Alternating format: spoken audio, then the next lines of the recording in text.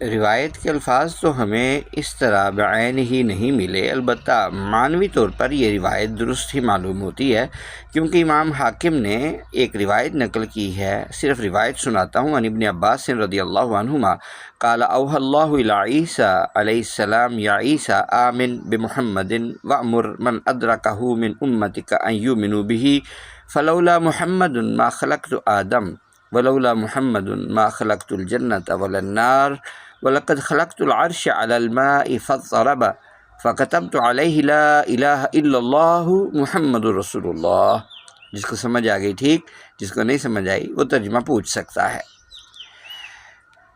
امام حاکم رحمۃ اللہ علیہ نے اس حدیث مبارکہ کو نقل کر کے اس کے بارے میں جو فرمایا وہ خوبصورت ہے۔ فرمایا ھذا حدیث صحیح الاسناد ولم یخرجاہ، یہ حدیث صحیح الاسناد ہے لیکن امام بخاری اور امام مسلم نے اسے نقل نہیں کیا۔